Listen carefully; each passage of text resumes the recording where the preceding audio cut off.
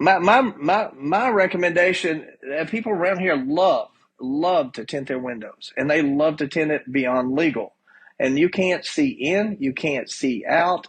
I will tell you, in the state of Virginia, they'll pull you over, they'll give you a ticket. Sometimes they'll even scrape the window to make sure that you have it removed. They do that in Virginia. They're not so much here. But if you got blacked out windows and you got a blacked out windshield, your windshield, you should be able to see out of it anything, but that thing's blacked out. Brake lights, your headlights, they tint those. I have no idea why a normal, rational human being would want to tint safety equipment. You're just asking. You're just asking You for just say, please a pull police me officer to over. pull you over. Please. I'm hauling drugs. I'm doing something I'm not supposed to be doing, and I don't want you to see inside my vehicle. Licensed attorney, award-winning writer, businessman, entrepreneur, and other over-the-top crap. It's Life and Law with Eugene Cisco Jr.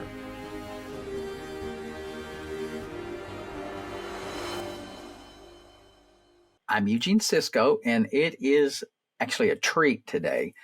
We actually have a former police officer, current private investigator, on the show today. We're going to talk about roadside stops, what police officers do, the kind of things they do that make mistakes, the kind of things we can do as a traveling public to mitigate or lessen those chances of a bad encounter. Brian is full disclosure, Brian is a good friend of mine. Known him for many years, and we have worked on a couple of cases, made some money, although he might say that I haven't paid him, but You do buy lunch. yeah, I buy lunch. It is a true honor to talk with Brian. I will let him give a full introduction as to who he is and how much information he wants you to know about who he is. But again, you're on Real Life and Law, and so Brian, take it away and tell us a little bit about yourself and what you do.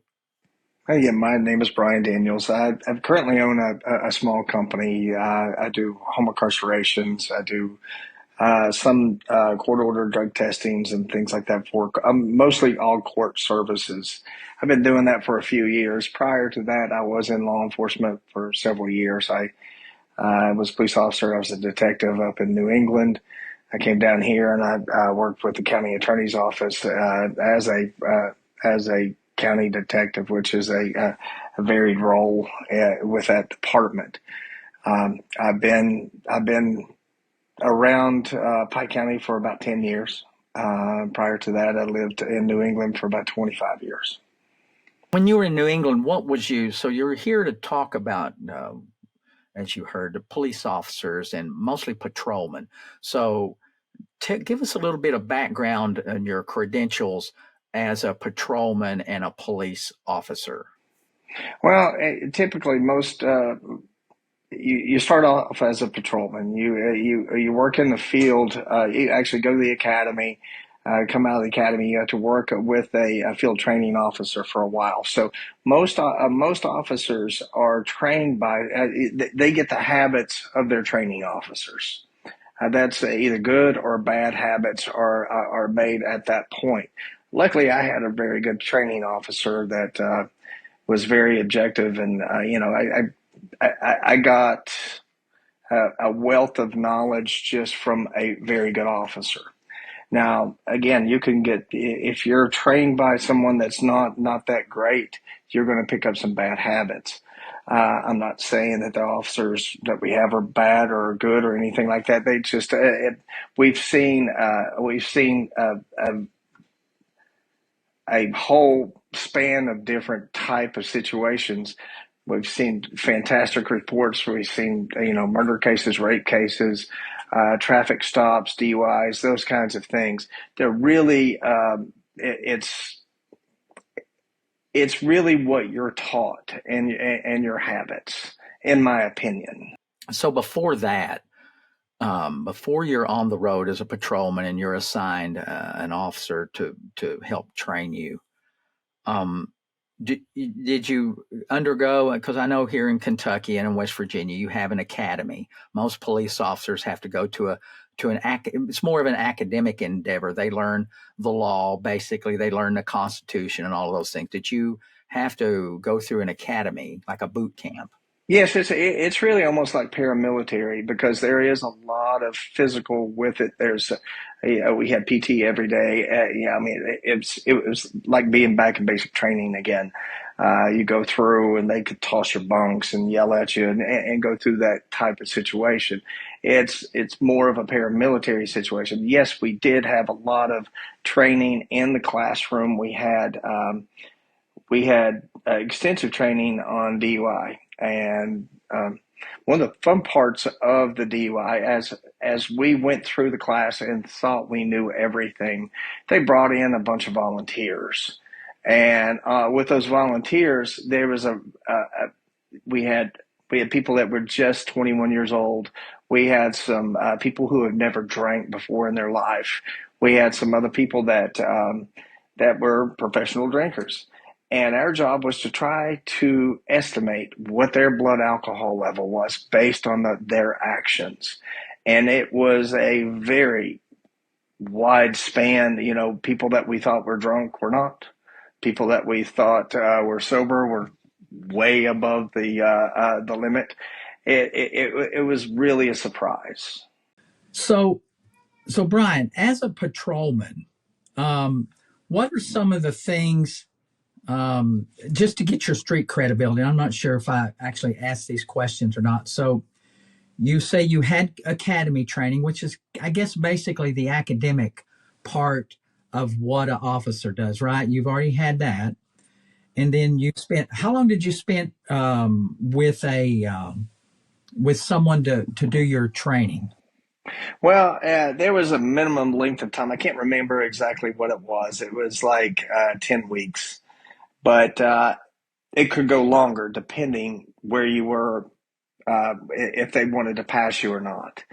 But there was a minimum time, but there was really not a maximum amount of time. If they felt like you needed more training, they continue on with the training. But yeah, it was one of those situations. Even when you started, you would call for backup because you just didn't want to screw up a report. You just wanted to make sure you got everything proper until you felt more comfortable. And then if you could do it without a backup, that's fine. We lived in a rural area up in Vermont, so when we did it, it was a situation that there's very little backup that you had. You're sort of on your own unless it was a lethal, a potential dangerous situation.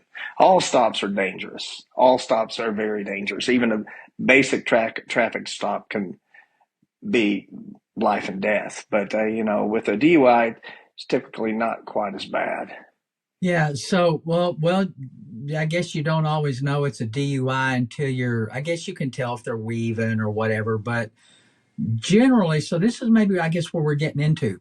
So we want to focus maybe on these roadside stops, not initially the DUI, because you don't really know.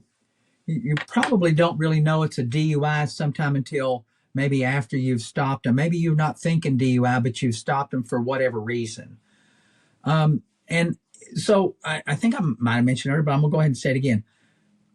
If you look at some of the stuff on my page, you'll think a lot of people would think that I hate officers. So that's not the case at all. My point here is to try to talk about some of the things that people can do to prevent a lot of the things that go south really fast from happening. And police officers make a fair amount of their mistakes. So what are some of the things in your experience, based on your training and education, that officers do, that what a lawyer might call a mistake, something that would likely get the case either reduced from a DUI or even outright dismissed? So give me, if you had to point out maybe 3 or 4 things that an officer does that could be detrimental to their case as an officer in a DUI action? Well, there's a lot of things that can get a case dismissed. I mean, there's several things. On a basic traffic stop, I see a lot. I've seen a lot of citations over the years. When they pull you over and they decide to do a field sobriety test, and they'll go through. I always ask, are you able to perform the test? Do you have any physical limitations? You have bad back, bad knee? And at that point, we would continue on. If they had some physical limitation, I would just note it and go on. I've seen a lot of people who have had injuries that have not been asked that question. That right there, if you could show proof at that point that that might not have been a really good probable cause for an arrest at that point. But it continues from there to there's a standardized field sobriety test is SFST is what they call it. It's standardized, and it's standardized for a reason. There's typically 3 tests that you give. It's a walk and turn. Before you get into the standardized field sobriety test, so let's back up just a little bit. So before even you establish probable cause, which is basically, I always tell people it's probable cause to haul your ass to jail. Mm-hmm. Before that, we have something that's called reasonable suspicion, right? That's correct. So what are some of the things that would cause that officers don't do where they mess that part of the case up? I've seen a lot of officers that will jump to that probable cause and kind of forget that very first thing, which is reasonable suspicion. Tell us all what that is. Well, when you're watching someone drive and they're driving erratically, if they're driving back and forth, weaving back and forth, that's typically that's a good indication that you're going to do a stop. You have to have a good probable cause to make the stop. You can't just randomly pull somebody over for no reason. So when you do that and you go and you start interrogating and asking questions, you could ask the wrong questions as well. I never like to ask an open-ended question, a question that can entrap somebody. You sort of want a confession out of it. For example, you're driving a little erratically back there. Don't just jump in and start saying, how much have you had to drink tonight? Where have you gone? Where have you been going? That becomes an interrogation. Isn't it fair to say, though, that immediately upon pulling someone over, now reasonable suspicion can also be a non-moving violation, like maybe they got a cracked windshield, tail light's wrong, or headlights not working right. It could be a registration, anything like that. Yes. So that could also be reasonable suspicion to pull over. So immediately upon finding that there's reasonable suspicion, you're trailing behind this person, you think, okay, I've got enough reason here to believe that they might be violating the law, or the law has already been violated, right? And again, there's got to be a probable cause for the stop. There has to be a probable cause for a stop. Right. Whether it's speeding, a registration, a expired registration, if you can see the registration. Right. That's what we call reasonable suspicion, which is the yes. initial stop.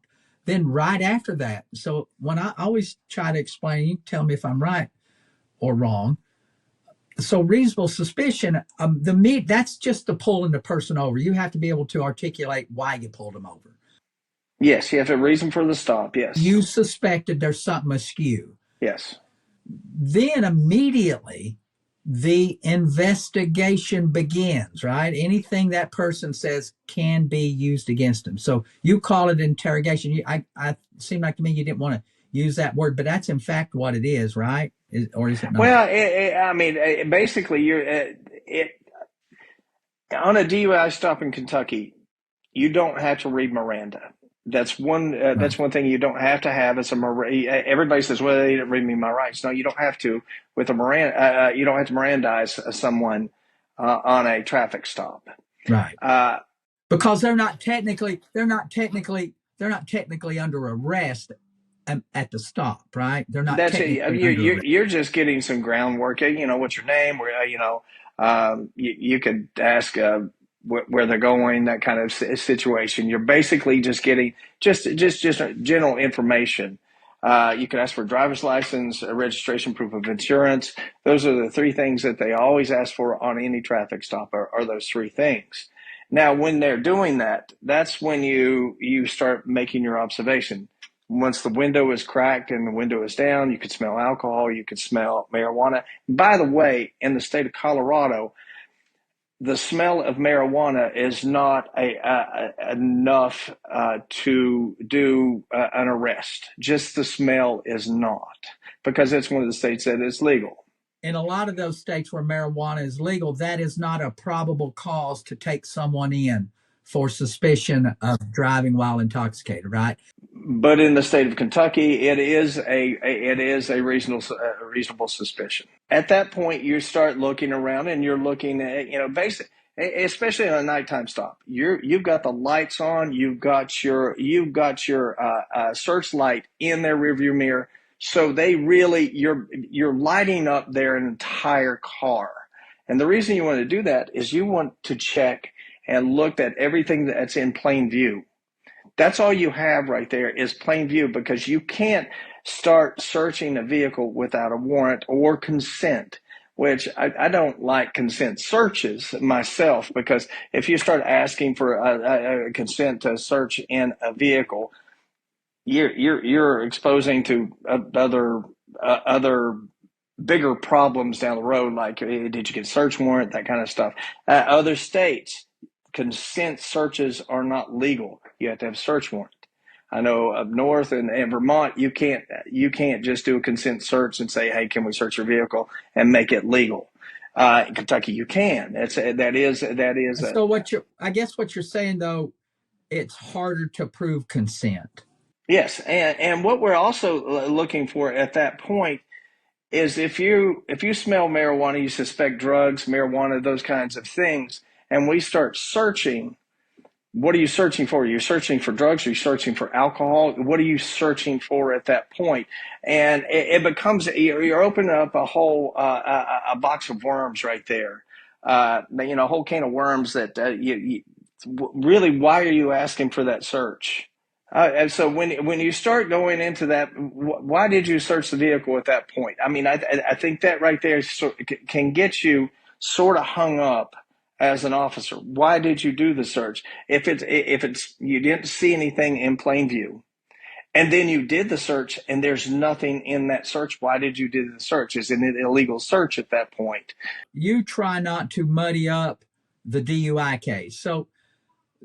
So from the moment the reasonable suspicion occurs, you've pulled them over. Then at that point, everything that you see inside the car, when you're engaging them in conversation, when they talk to you, you are taking cues as to what their state of mind is, if they're, if they have all their faculties. So that is part of that investigation process, right? That's part of building your probable cause. And there are some delays. When you get pulled over, there are a few delays, because as soon as I pull you over, I'm going to give them my location. I'm going to give them a license plate number.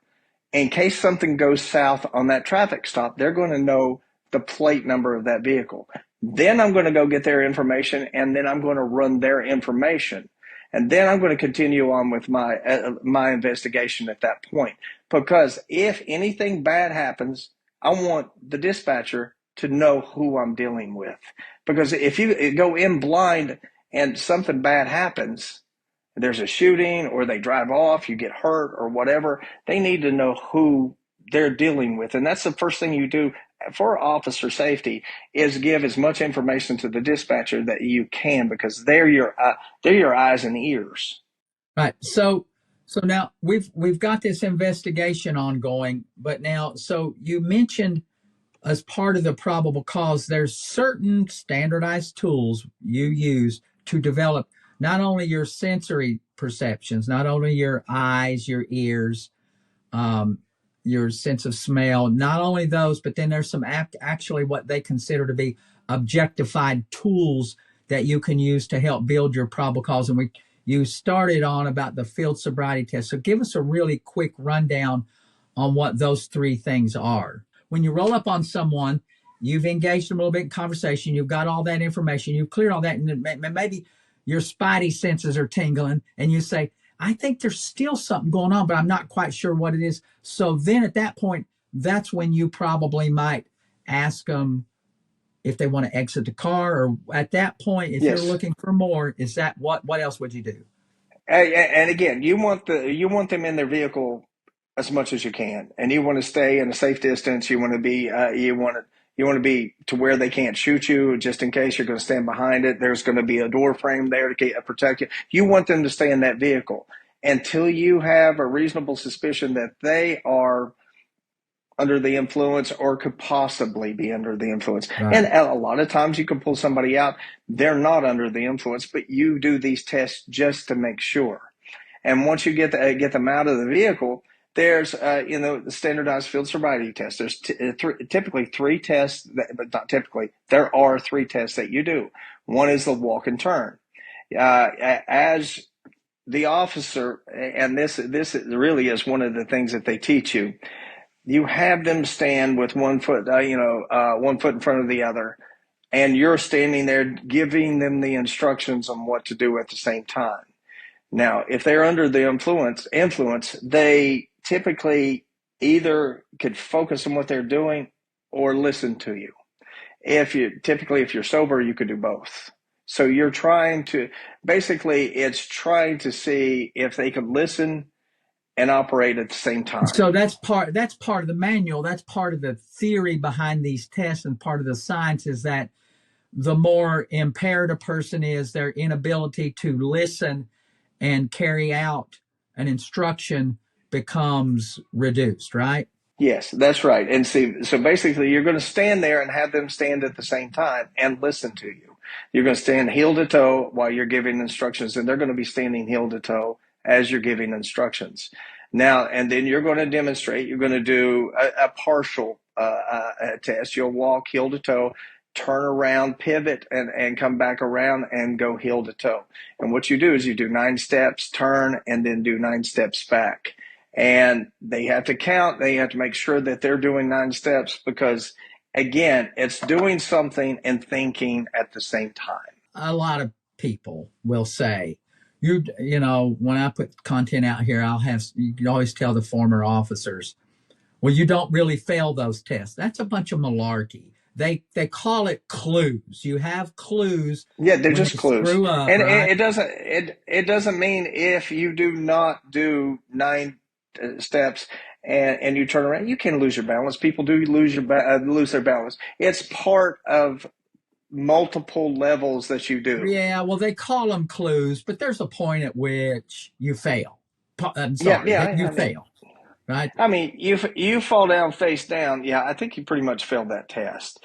And no matter how many clues you get. Yes, and then you could stumble on that, and then you do the one leg stand. You basically you go jump from there, and you're going to have a person raise their leg up while you're giving the instructions, and you're going to count. You're going to count in your head to 30, and basically you're going to be sitting there timing them and see how many times they drop their foot down on the ground, and that's a balance thing, and it's an auditory. See if you could listen and do at the same time, and again, it's difficult to do. And it's not an easy test, even if you are sober. It's a little bit of a difficult. I mean, you've got cars driving by, you got elements out. If it's cold or hot, or if it's if it's raining, there's things that outside elements that can affect you. There's also the physical problems with the person that you're asking to take that test. So that's why I think you said earlier it's important that they ask that person if they have any physical limitations or impairments, right? Yes, absolutely. If they don't ask that and they screw up those tests, and they can later come to court with their papers saying, I had back surgery, I've got an inner ear issue, I've got, I've had cold or whatever. Yes, and the way they told us in our academy is if you can't do the test, don't perform the test. The Don't officer, make if them the perform officer the can't test. do it. Yeah, but because if you can't do that, you can't expect someone else to do it. That's the reason when the officer gets up there, they do the example of what you're doing. They're going to do the one leg stand. They're going to do the walk and turn. Now they can't do the horizontal gaze nystagmus, which is the third test, which is really. Yeah, let's go into this last one. The other two is what I call, and a lot of other defense lawyers will cause, more like physical challenges and even the science shows, and some of the research shows that those things are about 60% on a good day. They're about 60% valid. That means 4 in 10 people that fail those tests don't fail them at all. But so the horizontal, the HGN, to me, that's one of those things that looks like science. You know, you got tools. I mean, it really looks like science. So tell us how that thing works. Well, basically, alcohol is a poison. As soon as you drink it, it tries to escape your body. Alcohol is the more you drink, the more impaired you become, and you sweat, and you have to urinate. You have to, you could smell it on your breath. And one of the things, basically anything liquid in your body, it'll go try to escape from your pores. And like I said, your breath is liquid, so it'll try to escape there. Your eyes are liquid, and each person has a natural nystagmus. And then nystagmus is where your eye twitches. Your eyes don't stay still. But when you're not impaired, in an ideal situation with a person that doesn't have a major nystagmus, you can't see it. It's sort of microscopic. You might be able to see just a little bit as you go. So when your finger goes over to the side like this, if you have a little twitch on your eye, that means that that alcohol has exacerbated your nystagmus, and it gives you an indication, and a pretty good indication that there's been alcohol has been involved in your evening. So yeah, so so you're saying that nystagmus is a good indication, and there's some level of impairment. It's a pretty good indication. I mean, it's not. I've seen people with natural nystagmus, and basically, and that's the reason that these are tests, and you're doing multiple levels. You're not just doing one test and saying you're drunk. You're not doing all of this. You could do all three of them and still be sober. No, the big problem I see with this test, and in fact, the research shows that, is that is a test that requires very precise procedure when you carry out that test. You know, how far do you hold the implement that they're supposed to track? How quick do you move it? How far on the visual field do you move it? So that officer needs to be really trained to do that. Yes, and it's been a while since I've been through the class, but there are different levels. You'll go, and then you'll go over to maximum deviation. You'll do Right. different levels. So you'll even do a vertical. And the way they told us on the vertical is, if you have a vertical nystagmus and you're going this way and up, if it twitches, your body has a memory, and that typically is one of the it's you're severely impaired. It's the most impaired you've ever been. So your body has a memory of a level of impairment. It typically works with alcohol. I mean, that's the one thing it does work with is alcohol. That test, and a lot of the work and research I've done, even with the National Highway Transportation, NHTSA, I think is one of these organizations that first pioneered these tests. And I believe, I'd have to look at my research again, but somewhere around the late 70s to early 80s, they published that manual in which uh, um, they proposed those 3 standardized tests, because before that seemed like every state had their own little thing: tilt your head back, touch your nose, count backwards from the And alphabet. there are officers that still do that, and Yeah. it goes beyond the standardized field training. And here's your problem. If you're saying, okay, do the alphabet backwards from Q, I can't do that. Yeah. I mean, and if you're asking somebody to start backwards from 36 down to 22, there's some people they could be from a different country. They could be dyslexic. They may be illiterate. Yeah, that's a real good point. So you've got language barriers too, depending on who you've pulled over and their ability to follow commands. So there's a whole panoply of things that could go wrong with those three tests. But those are the ones that everyone recognizes, that those are the ones that are the gold standard for detecting probable cause, right? Yes. And there's another test that they use, which is a preliminary breath test. It's a PBT is what they call it. Some people call it the portable breath test, but it is the preliminary breath test. Preliminary breath test. That's actually technically what it is. You're correct. So that's those handheld things that really measure a lot of outside air in addition to the individual's air. Well, it does. You do blow through a straw, and you have to set it up, and you have to blow very hard. But here's the problem with the PBT. They're fickle. If you have extreme temperatures, if you've laid this out on your dash and it's 85 degrees and it gets really hot in there, it will affect those levels. If it gets really cold, it affects those levels. It's a very temperamental device. And there's a ton of variables. There's one in particular. A lot of my research, I look at this, and I was reminded of it last night when I looked at them again. Is that those machines consistently blow a .01 consistently, because your body has alcohol in it, really, the way it breaks down in your saliva and all that naturally. You got these naturally occurring substances and chemicals within your body that will trigger that. So a lot of the research, I said that those things, or that I've read, those things consistently blow a .01. And if you're in a zero tolerance state, which means zero indication of alcohol, those things can really hang you up, right? And I mean, we have O2 laws for minors in Kentucky. It's at .02, and that could affect a lot of things too. But again, this is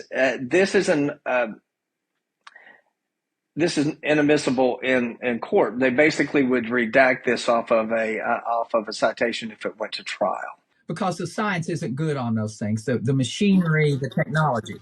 Yes, and there's no way to prove it either.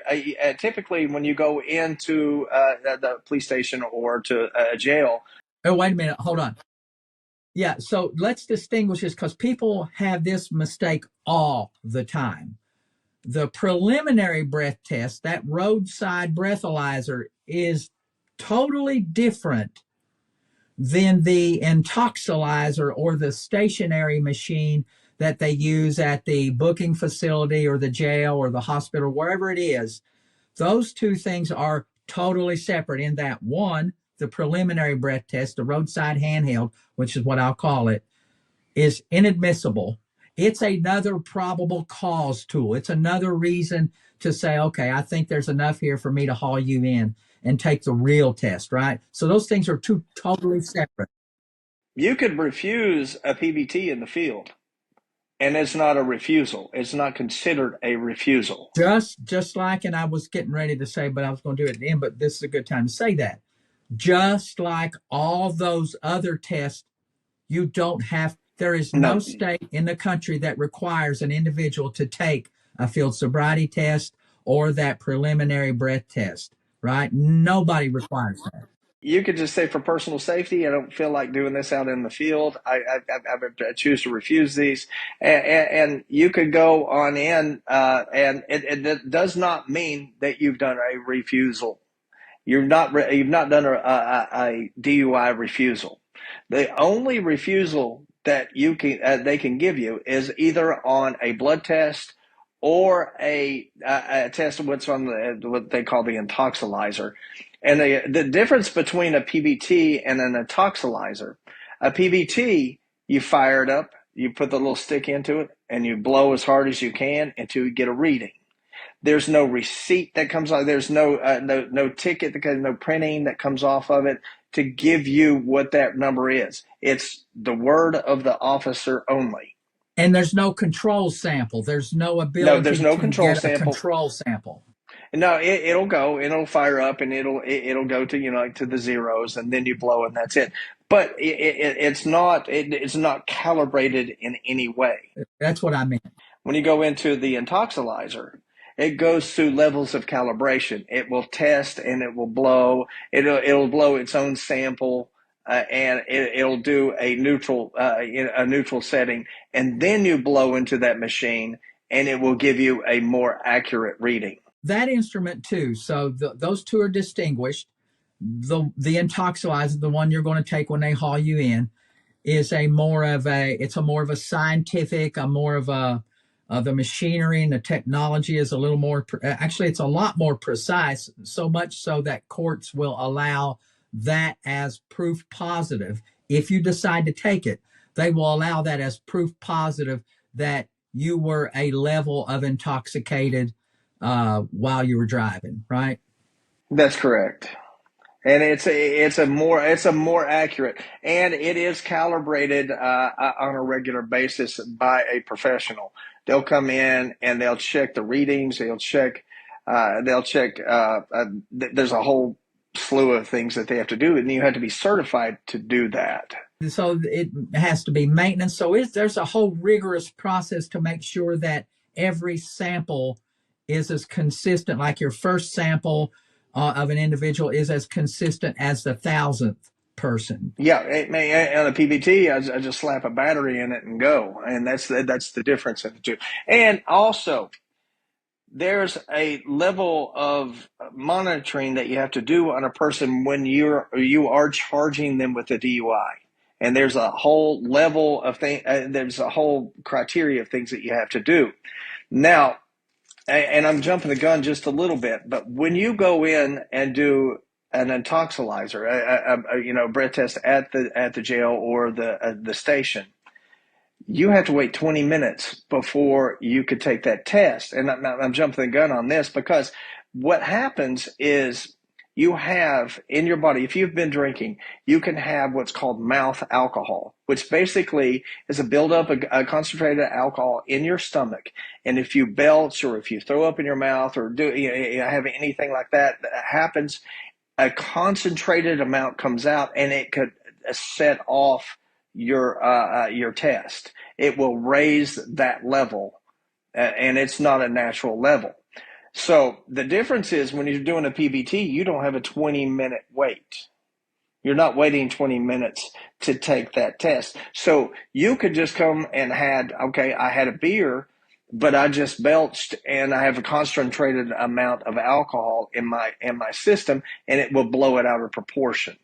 So I guess what you're saying, to kind of sum it up, if I can sum it up, is that, and we both know this, that the procedures that are in place for what I call the stationary, the intoxilizer, the one you're going to take at the booking station or at the police station or at the hospital, the procedures that are involved in that are a whole lot more rigorous because they want to make sure it's uniform, that everyone's treated the same, and that they run those procedures to kind of counteract or control for the possible problems that might come up. That's correct. And once you go in there's the procedure once you get there. Once you get into, if they decide to go ahead and arrest you, again, they don't have to Mirandize you because they're not interrogating you at this point. They're getting you based upon the evidence that they have in front of them that you were under the influence of alcohol, and they're going to take you for another test. And so at that point, they're going to put handcuffs on you and put you in the back of a cruiser and take you in.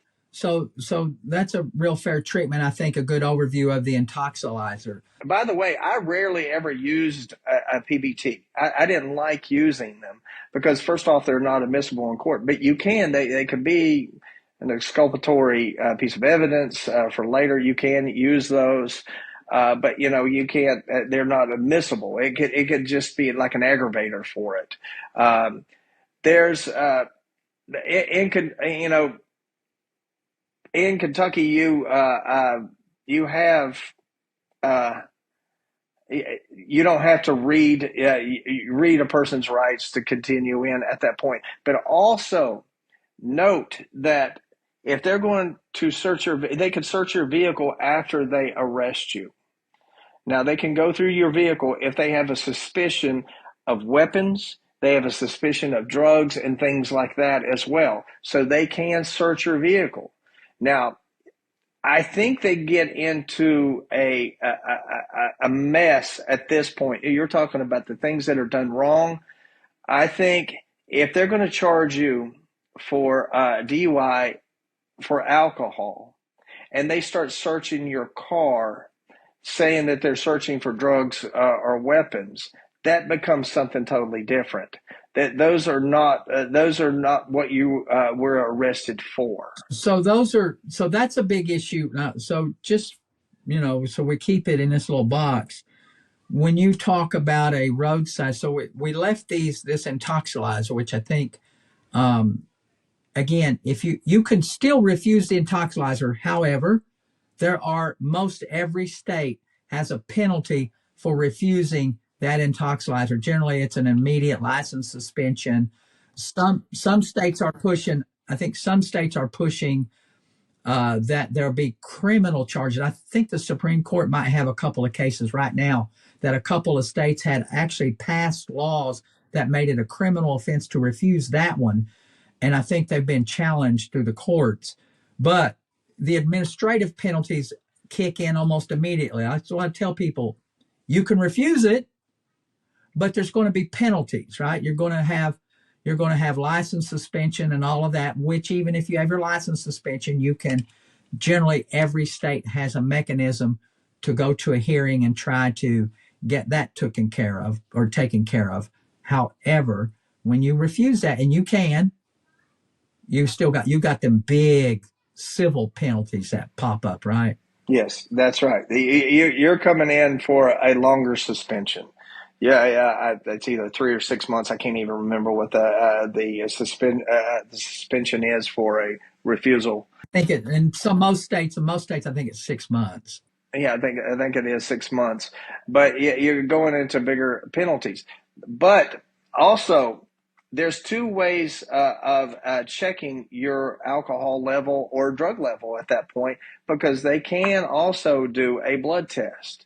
Now, and this is where I think an officer can really make a mistake as well. Now, the jail has an intoxilizer. And if you're being arrested for the suspicion of alcohol, and that's what's on your citation, is a suspicion of alcohol, and they take you to the hospital, they have to take you there, read implied consent, and then you could either do the blood test or not. That is a more evasive way of taking a sample.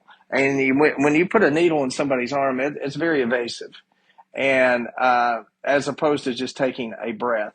I think again, if it's for alcohol, do the breath. If it's anything else that you're suspecting, articulate it in your report and do the blood test. Now, if you have to do a blood test at that point at the hospital. I won't go into that because we'll get into the weeds there, but there are a whole set of different procedures. You can refuse blood, but then they can get a court order. I mean, they can. Well, the court order usually the court orders are for if you have property damage or if you a personal injury in an accident. That's typically the court order. Right. That's true. But there are some jurisdictions that will do it, no matter what. They'll do it, and then you have to fight it in court. And and you're going to have to articulate to a judge on if they're going to give you a subpoena for your blood. Yeah. They're going basically they're going to have to go to a judge and ask for that. And you're going to have to articulate why you're wanting to do that. So we get into, in the DUI, and as what I always suggest to people, and police officers do it a little differently, but as a lawyer, I'll look for So we've the two big amendments that come into play, and these are Fourth Amendment. again, the Fourth and the Fifth Amendment. Those are the two things that come into play. I always, as a lawyer, refuse to allow anybody to search my car. Make them get a warrant. I always refuse that. I tell people to refuse it. Make them get a warrant, or let them do whatever they do, but put on record that you refuse, you object to them searching your car. And the second thing is never give information. Most of the time you just give them your driver's license, your registration, whatever's required by that state. You don't even have to talk to do that. So there's nothing, you have a right not to say anything. Or as I tell people all the time, you have a constitutional right to shut the hell up. Now, police officers not going to like that. You're probably going to go to jail. Yeah, and again, you do. And also, there are 5 ways of searching on a stop. You could do 5 ways of searching. And again, plain view is the most logical because you're looking in that's the plain view. You can't just go in and start opening up glove boxes and things like that without consent or a warrant.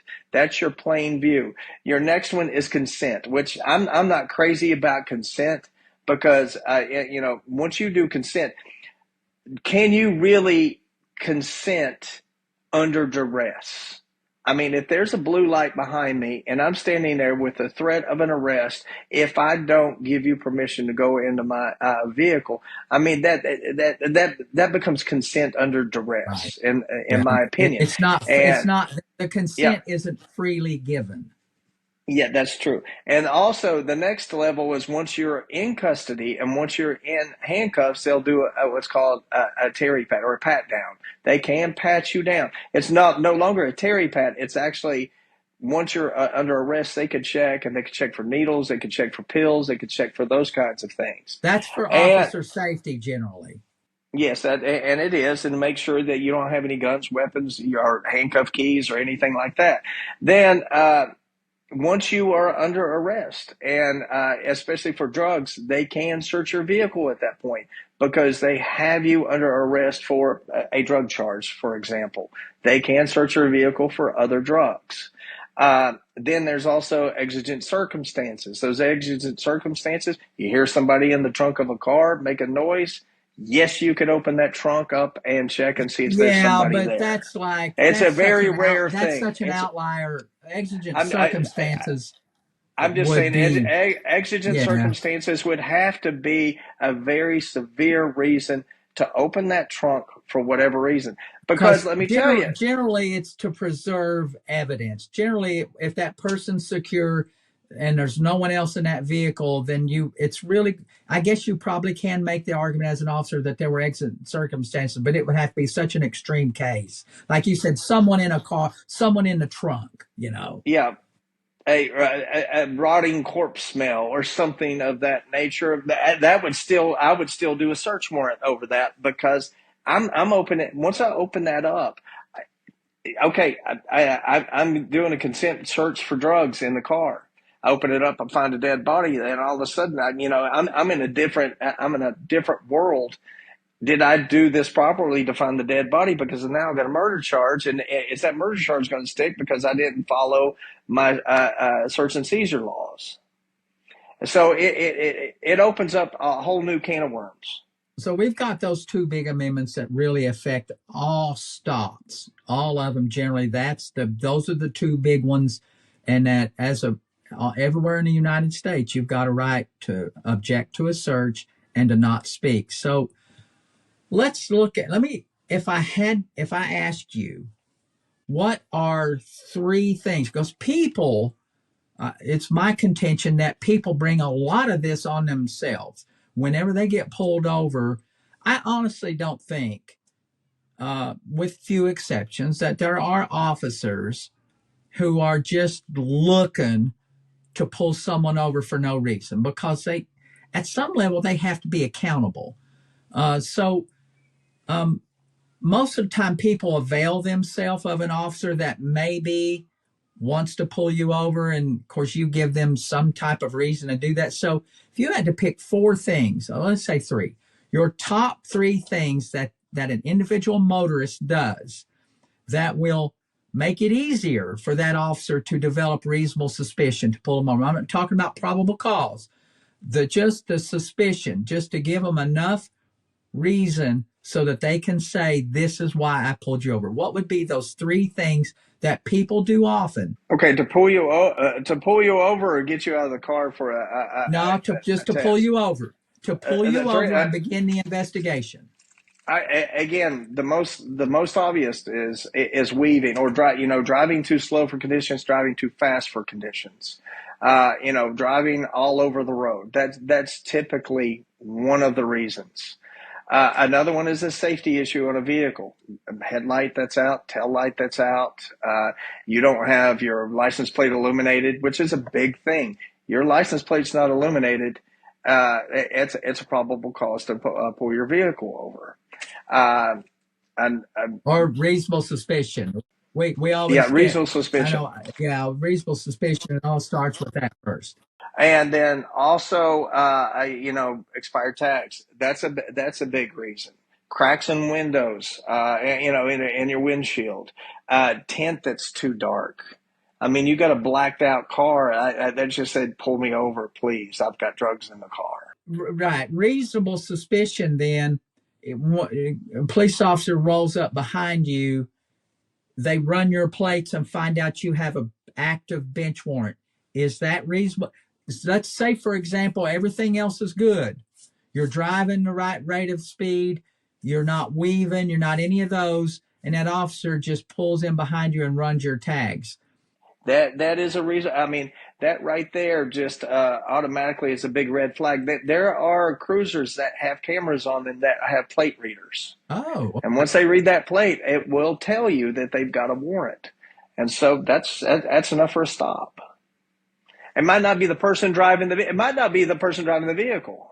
Will it also tell them if they have insurance or any of that? It won't give any of that information, will it? They typically, most insurance, if you have an expired registration, if you don't have insurance, your registration gets locked up. That's right. Those two things go hand in hand, don't they? Yeah, they go hand in hand now. And it's usually a time period. I mean, it won't happen the day of, maybe even a week down the road.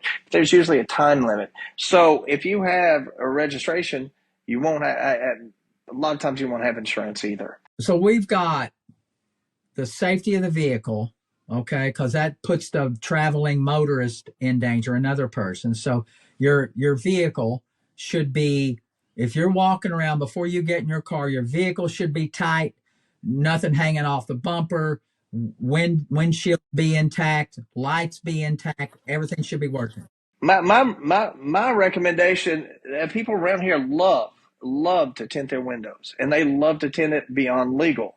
And you can't see in, you can't see out. I will tell you, in the state of Virginia, they'll pull you over, they'll give you a ticket. Sometimes they'll even scrape the window to make sure that you have it removed. They do that in Virginia. They're not so much here. But if you got blacked out windows and you got a blacked out windshield, your windshield, you should be able to see out of it anything, but that thing's blacked out. Brake lights, your headlights, they tint those. I have no idea why a normal, rational human being would want to tint safety equipment. You're just asking. You just say, please pull me over. Pull you over. Please. I'm hauling drugs. I'm doing something I'm not supposed to be doing, and I don't want you to see inside my vehicle.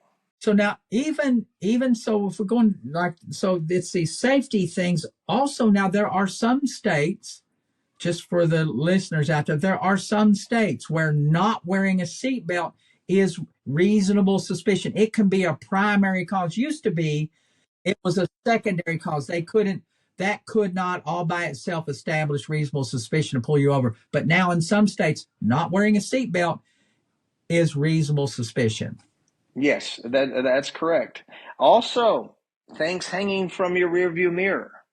If you leave your handicap sticker up there, if you leave necklaces hanging from the rearview mirror, that's enough to pull you over. So it's kind of like, if we're telling people out there that's watching, so it's kind of like you do that check of your vehicle. You walk around, you look at it, and you do this kind of, probably not a bad idea to have a tip sheet.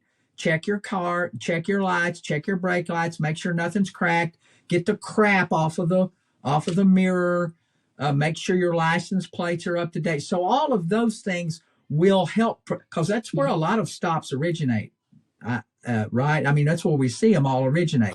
Are those types of things, your tint, crap hanging from your window, busted windows, busted taillights, inoperable taillights, a bumper that's sagging and not working right.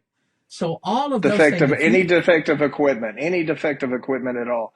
And also, we're not in a state, and Kentucky's not one of these states, but other states have registration. And if you do not have that reflective color for your registration, they'll pull you over for that, because more than likely, if you don't have your registration done, you don't have insurance or I'm sorry, inspection. I said registration, but it's inspection. Your inspection stickers for like West Virginia. I think Pennsylvania has them. Most states up north have them. But if you look at that, if you're in a state that requires an inspection sticker, have that, because you have to have proof of registration and proof of insurance to get your inspection sticker. And that takes care of most of your problems. So I think we just about covered it all. I can't think of anything else. Is there anything left? If you had one thing that maybe we missed that you would think would be beneficial for someone, you do the walk around, you make sure all that crap is safe and tight on your car. And I guess we always get in trouble for this. Now the law says, I'm bad to say this all the time. The law contemplates that you're going to drink and drive, because that's why they have those blood alcohol limits. It contemplates that. But listen, to be on the safe side, don't drink and get behind the wheel. There's no need for it, right? I mean, that's the best thing you can do. I mean, you could have 2 beers and be impaired and not be drunk, and they still could charge you for a DUI because you are just impaired. Smelling it, right? Just smelling it on you is enough to haul your ass and mess up your whole day. I can't say that enough. That it's not worth your life, the life of somebody else, the insurance cost, all the costs, the fees that you incur, lawyers' fees, court costs, those things. Just the average DUI can cost a fella, just conservatively, about $2,000, and that's if you don't lose your job. And depending on which state you're in, it could be even more. There's, other states say it's up to $10,000 that's the first offense. Increased insurance costs and everything. And that's a first offense, second offense, third offense. And once you get to the fourth offense, it's a felony. And once you get up that level, people make mistakes, and I give them that. They do make a mistake. I have one beer too many. I have one glass of wine too many, and they can make a mistake, and that's you can get a first offense DUI, and and there's ways around that, but once you get to the second one, it becomes a habit. A third one, you got a problem. And the fourth one beyond, you got jail time. And those hang on your record. Now, some states have a first offense DUI. I know Kentucky changed theirs recently to 10, but there are some states that those DUIs hang on you for life. For life. They hang on your record for life. You never get away from them. And in Kentucky, it's 10 years from your first one. If you get one with a second one within 10 years, it's an actual second offense. So that's a heck of a time to have that on your record, and because that allows you no margin for error. So I always caution people, listen, even though you can, why would you?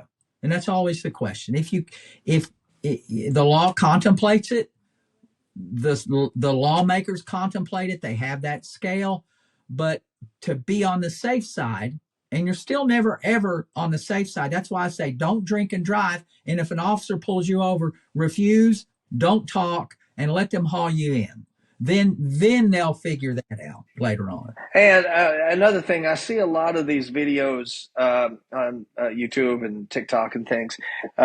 What you do when you get pulled over and you crack your, hey, I don't have to talk to you, that kind of. If you're being pulled over for suspicion, for any of these violations that you have a suspicion of a DUI, you better damn well talk to these police Well, officers, see, because we all you're come going to with do an is piss them addiction. off. Yeah, that's true. But You're you know just going to what? piss them off.